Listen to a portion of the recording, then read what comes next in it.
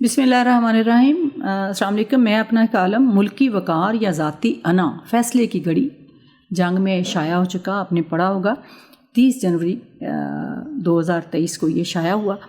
تو آج کل کے جو حالات ہیں اسی پر ہے کہ ہم نے فیصلہ کرنا ہے کہ ہمارے لیے ملکی وقار اہم ہے یا ہماری ذاتی انا اہم ہے، کیونکہ ہم سب کہیں نہ کہیں اس ذاتی انا میں جکڑے ہوئے ہیں، اور وہ کسی ہم پارٹی سے تعلق رکھتے ہوں، کسی مذہبی جماعت سے تعلق رکھتے ہوں، یا کسی کاروباری حلقے سے تعلق رکھتے ہوں، کہ کوئی نہ کوئی ہم نے اپنے ارد گرد دائرہ لگایا ہوا ہے، حد بندی کی ہوئی ہے، اور اس سے ہم نکلنے کو تیار نہیں ہیں۔ اس وقت ہر وہ جماعت اور شخص جو لوگوں کو سری لنکا اس وقت ہر وہ جماعت اور شخص جو لوگوں کو ملک کو سری لنکا بنانے کی ترغیب دے، انہیں ذخیرہ اندوزی کا مشورہ دے، ملک میں افراتفری اور غیر یقینی صورتحال پیدا کر کے معاشی نظام کی تباہی کا اہتمام کرے، وہ میری دھرتی اور میرے لوگوں کا دشمن ہے۔ میری دوستی، دعا اور کاوشیں میرے ملک کی بقا اور لوگوں کی فلاح کے لیے ہیں۔ کسی جماعت یا رہنما سے محبت اور کسی شخص یا جماعت سے نفرت مجھے وطن سے بے وفائی پر نہیں اکسا سکتی۔ ہر عمل کے ساتھ رد عمل یعنی سزا اور جزا جڑی ہوتی ہے، حتیٰ کہ مثبت اور منفی سوچ بھی سکون اور اضطراب کا باعث بنتی ہے۔ میں زمین سے بے وفائی کی مرتکب ہو کر اذیت نہیں برداشت کر سکتی۔ صدیوں کے تجربے، مشاہدے اور دانش کا نچوڑ چھوٹے سے مقولے کی صورت ہر وقت ہماری سماعتوں میں گونجتا رہتا ہے۔ جیسا کرو گے ویسا بھرو گے، جس کا ہر حرف آفاقی سچائیوں کا امین ہے، یعنی یہ جو مقولہ ہے جیسا کرو گے ویسا بھرو گے، اس کا ہر حرف ہمیں سچائیوں کا امین نظر آتا ہے، کیونکہ ہم نے ایسا ہوتے دیکھا ہے۔ ہم یوں بھی کہہ سکتے ہیں، خصوصاً میں یہ سمجھتی ہوں کہ جیسا سوچو گے ویسا ہوگا۔ کہا بھی جاتا ہے کہ خدا ہمارے گمان، ہماری سوچوں کو پڑھتا ہے، ہم محسوس کرتا ہے اور اس کے مطابق فیصلے دیتا ہے۔ تو سوچ کے ساتھ ارادہ اور عزم کی سنگت ہے۔ محبت بھی پہلے سوچ میں جنم لیتی ہے، پھر جذبات میں اظہار کرتی ہے۔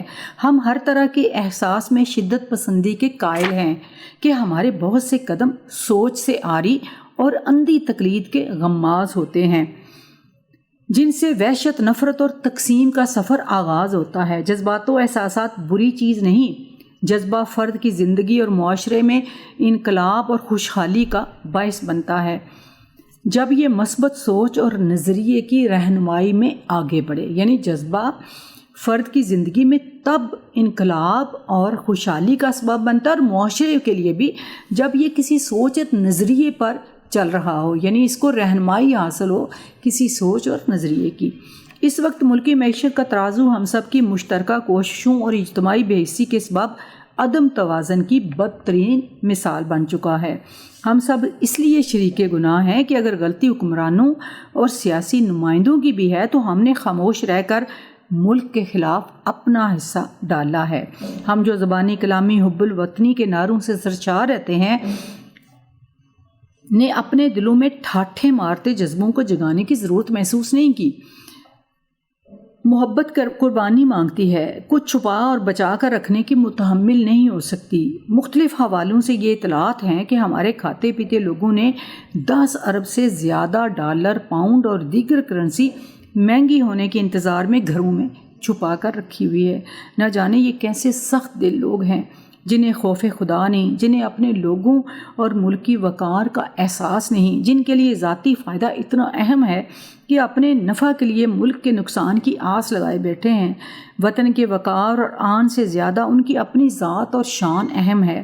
میں بھی اسی معاشرے کی فرد ہوں۔ پچھلے 2-3 سالوں کے دوران جب بھی مجھے بہت عزیز دوستوں نے مشورہ دیا کہ ڈالر خرید کر رکھ لیا جائے کیونکہ کچھ مہینوں بعد یہ دگنی قیمت کے ہو جائیں گے، تو میں حیران رہ گئی۔ صرف اتنا کہہ پائی کہ میں ایسا سوچ بھی نہیں سکتی کہ وہ دن آئے جب میں اپنے گھر میں پڑی غیر ملکی کرنسی کی مضبوطی اور اپنے ملک کی کرنسی کی کمزوری کا تصور بھی کروں۔ یقیناً ایسی خواہش بھی ملک دشمنی ہی کہلا سکتی ہے۔ زمین سے دشمنی کریں گے تو وہ بھی انتقام لے گی۔ اس نے نعمتوں سے ہاتھ کھینچ لیا تو کرنسی بیکار ہو جائے گی۔ ایسا نہ ہو ہمارے پاس بہت سرمایہ ہو مگر اشیاء نہ ہوں، پھر زندگی کے اختتام پر اسی زمین کی گود میں ابدی نیند سونا ہے۔ خوش قسمت ہوتے ہیں وہ لوگ جنہیں عزت کی موت اور زمین کی گود میسر آتی ہے۔ ہم غیروں کی وجہ سے نہیں، اپنی اور اپنوں کی مہربانیوں سے شکست خوردہ حالت کو پہنچے ہیں۔ دوسرے کیا کر رہے ہیں انہیں چھوڑیں، اپنے وطن، اپنی زمین اور اپنے لوگوں کی خاطر اپنے گھروں میں رکھی کرنسی بینک میں اپنے کھاتے میں جمع کرائیں، یعنی جو پاکستانی بینک ہیں وہاں جو آپ کا اپنا اکاؤنٹ ہے اس میں جمع کرائیں، اور ملک کو بے وقاری کے خوف سے نجات دلائیں۔ ملک سے غداری یا بے وفائی صرف اہم رازوں کی مخبری تک محدود نہیں، بلکہ کسی بھی طرح سے اس کا وقار مجروح کرنا غداری کے زمرے میں آتا ہے۔ اس وقت جب جہان کے وسیع اسٹیڈیم میں زندگی موت کا کھیل کا میچ جاری ہے، ہم سب اس کھیل کو دیکھ رہے ہیں، چاروں طرف مہربان اور نامہربان آنکھیں فیصلے کی منتظر ہیں، کوئی ہمیں ہارتا دیکھنا چاہتا ہے اور کوئی سنبھلتا۔ جیت کا فیصلہ ہمارے ہاتھ میں ہے۔ بکھری ہوئی ٹیم کو ایک ہو کر اپنے ساتھ مخلص ہونا پڑے گا۔ جب اگلے سانس کا اعتبار نہیں تو ایسی بے اعتبار زندگی کے لیے اپنی زمین، اپنے لوگوں، اپنے وقار اور اپنے پرچم سے بے وفائی نہیں کرنی چاہیے۔ اٹھیے اور دنیا کو بتائیے کہ ہم مشکلات کا سامنا کرنے والی قوم ہیں۔ یہ وقت آزمائش کا وقت ہے۔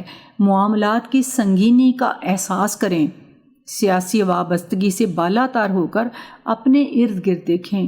جو جماعت آپ کو پسند ہے یا جو پسند نہیں، ان کے بارے میں فیصلہ انتخابات والے دن کریں۔ یہ وقت کا سوال نہیں ہے، اس وقت آج کے لمحے کا سوال سنیں۔ کہیں دنیا کے ساتھ ہم سب بھی تماشائی بن کر اس چھت کے گرنے کا انتظار تو نہیں کر رہے جس کے نیچے ہم پناہ گزین ہیں۔ اگر ملک ڈیفالٹ کر گیا تو ہماری کیا حیثیت ہوگی، کیا پہچان ہوگی؟ جس کو عطا کیا گیا ہے اس کا ہی امتحان ہے۔ غریب تو مہنگی اشیاء خرید کر اور ہر شے پر ٹیکس دے کر قربانی دیتا رہا ہے۔ اس وقت صاحب حیثیت لوگوں کو مٹی کی پکار سننی ہے۔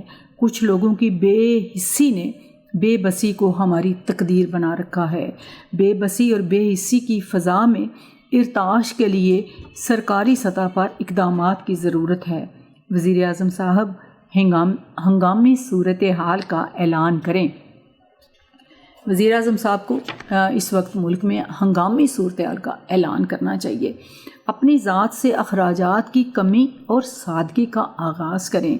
وزیروں، مشیروں اور سرکاری افسران کو پابند کریں۔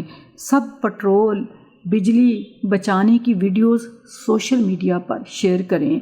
وزیر اعظم، وزرائے اعلیٰ، سیاسی اور مذہبی شخصیات کے ساتھ ساتھ ادب، فن اور میڈیا کی معروف شخصیات کو اس مہم کا حصہ بنائیں، جو ٹی وی اور سوشل میڈیا پر لوگوں سے اپیل کریں کہ وہ ہر قسم کی غیر ملکی کرنسی پاکستانی بینکوں میں اپنے اکاؤنٹوں میں جمع کرائیں۔